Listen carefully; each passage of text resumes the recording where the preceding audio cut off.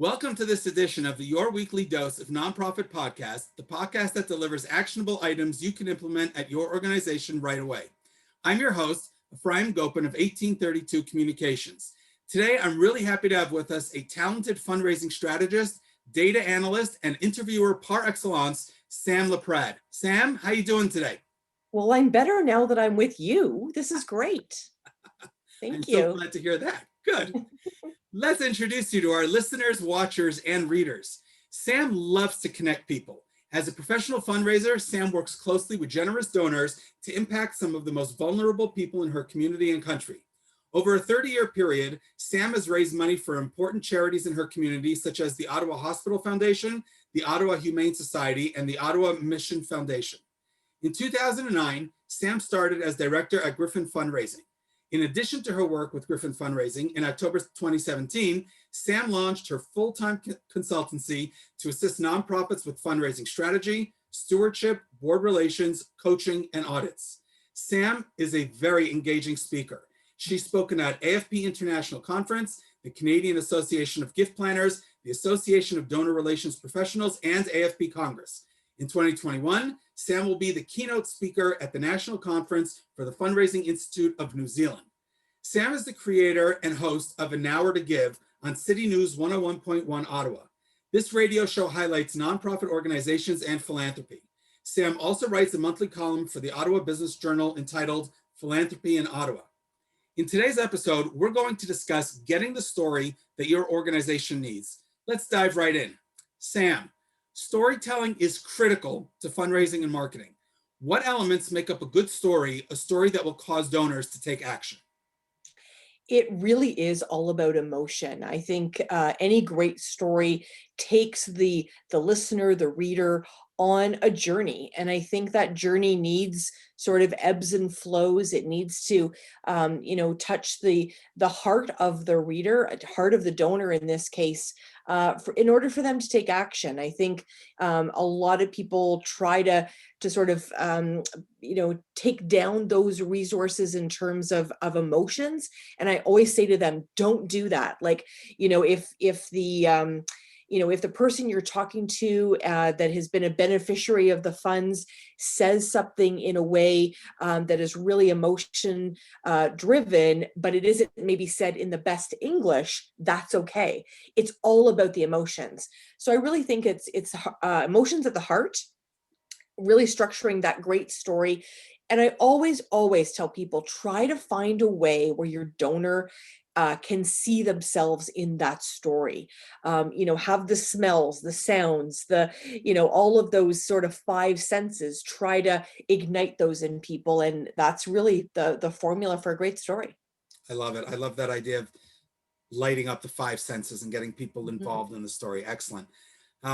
Before interviewing someone, what research should a nonprofit do? Meaning, what prep should the interviewer undertake before starting the conversation with the beneficiary? You're going to kind of be surprised at my answer. I've learned, certainly in radio, to be prepared enough to ask 5 questions. And really, I find when people over prepare themselves, they don't let themselves catch those nuances.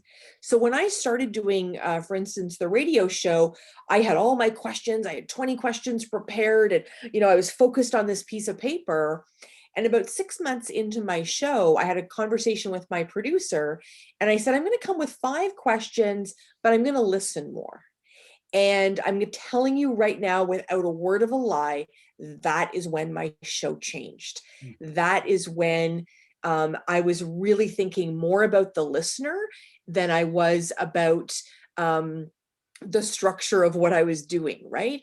Because sometimes the person you're interviewing, and especially when you're writing stories for direct mail or legacy giving campaign, they will say things, but if you're so caught up in here's the list of questions, you're going to miss those nuances. And that is really the sweet spot of interviewing somebody, is you get that little nuance, that little nugget. And if you can cling on to that, and maybe the person takes you in another direction, that's okay too. Excellent. Yes. Always have in mind the listener or the reader. If Exactly. we're talking about marketing and fundraising collateral. For Today's sure. actionable item. You're the host of a weekly radio show in Ottawa called An Hour to Give. Could you please share with us 3 to 4 pieces of advice and tips that are critical for a successful interview? Yes. So once again, I think it really is hoping to have that open mind when you're interviewing somebody, and really listen for that language. You know, you might call something one thing, and the person you're interviewing might call it something different. So take the time to really look at the semantics. So that would be sort of my number one piece. The other piece is to when you're, ask questions. I love asking questions like open-ended questions that let the person sort of take the story where they want. So one of my big questions that I ask is, what's your biggest fear about whatever we're talking about? Or when you put your head on your pillow at night, what do you dream about? And I find phrasing it that way, people can sort of see themselves in that. So those are some of my favorite sort of go-to questions.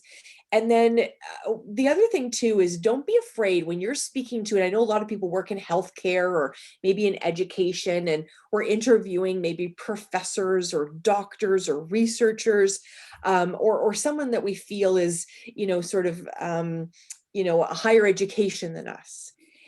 The best question I've ever asked a doctor researcher is, they'll tell me all about their particular work, and they'll be talking in very technical terms. Yep.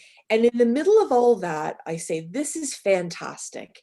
Can you take me to the day you got into medical school? Or can you take me to the day you found out you were going to be a professor? And it literally, you can see them shed, like it's like you can hear it, you can see it, them sort of shed this hard exterior. And not everyone's like that, but you can just see them do that. And then they're like, oh my gosh, I never thought I'd get in. Or, oh my gosh, my mom got the envelope. And you hear this incredible story and it humanizes them. So anytime you can humanize somebody, definitely do that. Have that opportunity to take them to a place, take me to the moment, take me to the time. Where were you standing? And, a lot of memories come back rushing back for us, right? When we think like that. So I love asking those kinds of questions as well. And once again, just really have an open mind about where the interview is going to go. And when you're capturing sort of the essence of the interview, always remember that, it's not necessarily what you were hoping to accomplish. Sometimes we have to let the person that's telling the story guide that. And sometimes, I'll be honest with you, they're better at it Mm. because it is their story in many ways, especially when you're speaking to, a single mother or someone that is terminally ill. Those kinds of times, it's okay to be to be emotional as an interviewer. I had somebody, when George Floyd was killed, I had somebody come on and tell me about a time that his brother was killed, and he was a reverend now, and they were only young when it happened. And I got to a point in the interview that I was literally crying so hard, I just said, I have no words. And then guess what? He took it from there. And he really was able to keep sharing. And I think that that's what made the interview special. Is, to your point, we want to hear from them, right? The interviewer, I always tell all the people I interview, I'm the wallpaper, you're the main event. Hmm. And when we let that person shine, that's when the sweet spot happens, for sure. Yeah, I really like what you said there about, you may come in with a certain goal or direction, and they may Mhm. take it somewhere else, but let them take it, because that's where you're going to get the better scoop, the better For story. sure. All right, so now you've interviewed, the interview is over, and you have the information you need. As a fundraising strategist, what Mhm. elements in the story that you've just heard are you most likely to consider using for marketing and fundraising collateral? Quotes. If I can say one thing, all of my organizational terminology and our mission statement and our values, put all that way over here and really try to capture. And we've got so many different ways to do this now, where we can actually capture and listen back to interviews. So it's really those quotes. And once again, it doesn't have to be perfect. It's whatever you can come up with that they've said that would make the listener or the reader feel like they've heard that themselves. That's your gem for sure. Perfect. Now we're going to continue with things you like. So we talked about you being a fundraising strategist. You also love data and you also love numbers. So since we're discussing storytelling today, in what ways can data tell a story to donors? Well, this is fantastic. So I think, and there's a lot of organizations that do this really well.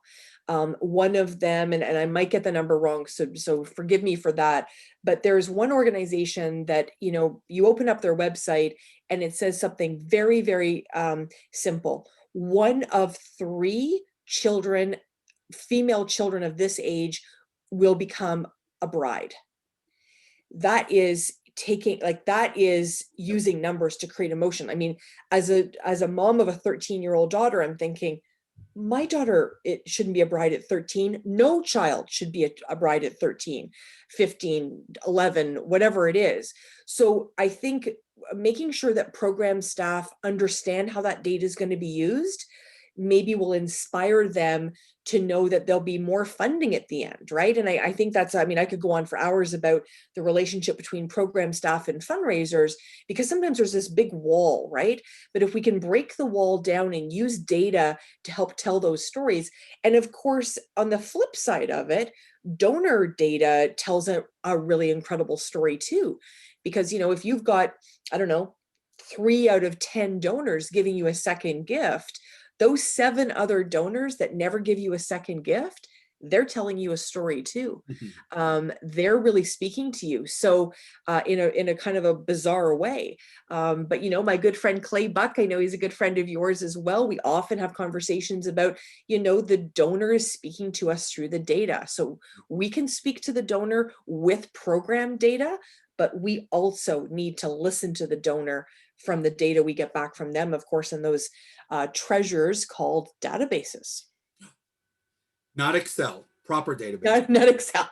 Oh, you're gonna make me have a heart attack. No, I know. I want everybody who's listening or reading or watching, the example that Sam used of the 1 in 3 girls will become a bride before the age of.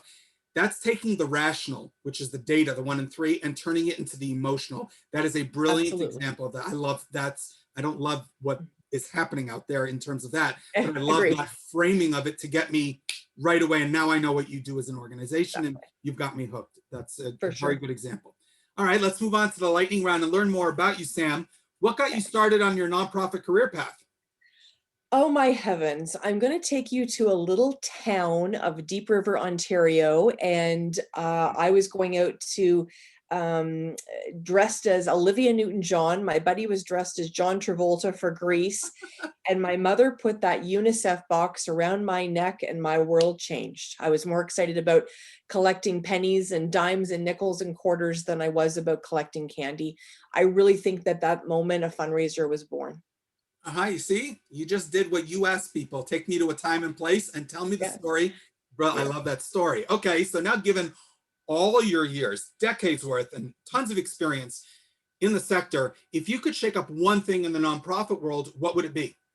Wow, how long do we have? It is one thing I know. I think, to be honest with you, I'm going to continue on, really in 2018, I gave the closing plenary at AFP Congress in Toronto and spoke about 3 things. And I know you just want one, but I really spoke about sexual harassment in the nonprofit sector. I spoke about mental health. And of course, I spoke about bullying in this sector, Queen Bee syndrome, that kind of thing. Those 3 are still top of mind for me because let's face it, they haven't been fixed. There's a lot of work to be done there. And I think a big one that I necessarily haven't been sort of public about, but really, really passionate about is posting salaries for the positions. I think there's a lot of game playing that goes on in this sector, and I think we just need to stop it, to be honest. So, and I know there's a lot of work. AFP chapters are saying they're not going to put posts up without salaries and stuff. So there's work in that area, but I know I gave you 4, but yeah, anyway. No, all 4 are very important, and all of them need some shaking up big time. For sure. You're a radio host. Who's the most famous person you've ever interviewed? Well, I have to say I've interviewed lots of musicians and athletes, but the most famous person I think on the global front would be our 28th Governor General, the Right Honorable David Johnston. He's our Governor General of Canada. He served for many, many years, and he is probably, yeah, probably the most famous person I've interviewed on a global stage, and he is just an honor to spend time with. I always leave inspired. Absolutely. Awesome. I'll just follow up with that. Most famous musician, because you mentioned it. Hmm. Anybody I I would know? say probably, I'm trying to think who would be. Jason McCoy is one. Another one would be from Great Big Sea, and I'm forgetting his last name. Oh my gosh, Alan Doyle. Thank you so much, Alan Doyle, as well. I've interviewed Alan. Don't tell him I forgot his last name. I won't tell. Um, yeah, lots of different musicians over the years for sure. Very cool. So, most nerve-wracking thing about being live on the radio? Forgetting someone's last name like I just did. Yeah, I would say that's forgetting what direction you're going or that kind of thing. I think in my job I'm very lucky. I have about 12 to 14 minutes with each guest. So every 12 to 14 minutes, I get at least 2 minutes of commercial break to kind of, get myself back together again. But forgetting someone's name or, flubbing up the pronunciation, something like that always makes me a bit nervous. Okay. You're in Ottawa, so I have yet to visit Ottawa. 3 places that I must visit when I make it to Ottawa. Well, you obviously have to visit Parliament Hill. That's just the way it is. I think you can't visit Ottawa without seeing it. So that would be one place that I would definitely suggest. One of my favorite places, and you can actually see Parliament Hill from it, is the Westin, with a great restaurant called the Shore Club. So I definitely take you there for a great meal. And, I think one of the best things about this place as well, in terms of not only the sort of famous side of being a capital and all those great things, but it's really that opportunity to visit some of our wildlife. So we have a place called Park Omega, which is about a 10-12 kilometer driving route, and you can feed caribou and deer and pigs and all that kind of stuff right out your car window. So that's always a great place. That's just on the other side of the bridge in the beautiful province of Quebec. Very cool. Okay, so now I know where I'm going with Sam when Yes, when I make exactly. it to Ottawa. And Look forward to it. finally, we will turn the table. You get to ask me one surprise question. I have no clue what's coming. You get to do your favorite thing. Be the interviewer, not the interviewee. Go ahead. Absolutely. So my question for you is, what would you tell your 5-year-old self about you now? Okay, my 5-year-old self, I was an oldest child. I started grade 1 when I was 5 and 2 months, less than that even. I was probably, I want to say I was cocky because I knew how to read at age 5 already. What would I tell my 5-year-old self? You're going to be okay. When you grow up, you're going to have bumpy days. Even though grade 1 was a wonderful time with my 2 teachers, Mrs. Hamill and Mrs. Himmelstein, who I still remember fondly, both of them. And I have wonderful memories. In fact, I just saw a picture the other day with my kids of my first day at school. I found my mother had the picture in my memorabilia box. I just saw it, what I looked like. I know that I fell asleep the first day on the way home on the bus from school. What else would I tell them? No, you know what? It's mostly life is a big bumpy road, but you're going to be fine. Grade 1 was tough, but it's nothing compared to grade 8 and then grade 12 and university and life and everything else. The other thing I would say is I'm not going to be a professional baseball player. And I'd let my 5-year-old know that back then. So maybe he could consider a different career trajectory. How's that? Yeah, I was a cute little kid when I was 5. I don't Well, know. you're cute now, so that's all good. Sam, I will take that compliment any day of the week. But no, I was this little. The truth is, I was the shortest kid in the class. I was only 5. I skipped kindergarten. My parents did not send me to kindergarten. They sent me straight to grade 1. Anybody who asked me, I always say I could color in the lines, and that's why I went straight to grade. I didn't need kindergarten. But yeah, and I still remember. I can tell you everything about the school. I can tell you everything about the classroom. I can tell you everything about the teachers. And I still even have a couple of people who I went to school with 40 years ago who I'm still in touch with now, which is kind of Amazing. wild. Yeah, that I is. love hearing that. I love hearing that. I think that's fantastic. And I love that answer for sure. So yeah, I took you somewhere. You did. Thank you. I appreciate it. I love nostalgia, so I appreciate it. That was a wonderful, quick trip down memory lane. Thank you. Sam, thanks very, very much for appearing on the podcast. You can learn more about Sam at samlaprade.com. And I also encourage you to connect with Sam on LinkedIn and on Twitter. On Twitter, she's Sam Laprade, CFRE. You have a ton that you can learn from her. Sam, it was a pleasure learning from you today. Thank you. Pleasure was all mine. Thank you so much. Have a good day. Take care.